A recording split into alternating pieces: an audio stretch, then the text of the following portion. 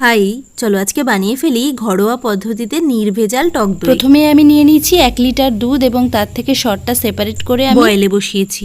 অন্যদিকে ভর্তি ভর্তি 1 চামচ টক দইয়ের বীজ নিয়ে আমি এটাকে ভালোভাবে ফেটিয়ে রাখবো। আমি যেহেতু এখানে কাউ মিল্ক ইউজ করেছি তাই দুধটা বেশ কিছুক্ষণ ধরেই জাল করে নিতে হবে যাতে দুধের ভেতরে থাকা এক্সট্রা জলটা কমে আসে। আমি এটাকে প্রায় 15 মিনিট ধরে জাল দিয়েছি এবং এক্সট্রা সরটা সেপারেট করে নিয়েছি। ব্যাস এবারে অ্যাটলিস্ট 15 মিনিট এটাকে রেস্টে রাখতে হবে যাতে টেম্পারেচারটা কমে ঈশতুষ্ণ অবস্থায় আসে। মনে আছে তো সেই যে দইয়ের বীজটাকে ফেটিয়ে রেখেছিলাম, দেখো কি সুন্দর একটা স্মুথ ব্যাটার তৈরি হয়েছে। এবং এর মধ্যে আমি আরেকটু সামান্য দুধ মিশিয়ে নিয়েছি যাতে দইয়ের কোনো দানা না থেকে যায়। এবার দইটা বসানোর পালা। দই বসানোর জন্য সবসময় গ্লাস অথবা ফাইবার অথবা মেলামাইন বোল ইউজ করা উচিত। এবারে দুধটার মধ্যে ওই মিক্সচারটা খুব ভালোভাবে মিশিয়ে নিয়ে অ্যাটলিস্ট 4 to 6 আওয়ার্স নর্মাল টেম্পারেচারে বাইরে ঢাকা দিয়ে রাখতে হবে। ব্যাস তারপর 2 আওয়ার্স ফ্রিজে রাখলেই তৈরি হয়ে যাবে দারুণ স্বাদের স্বাস্থ্যকর টক দই। Bye bye.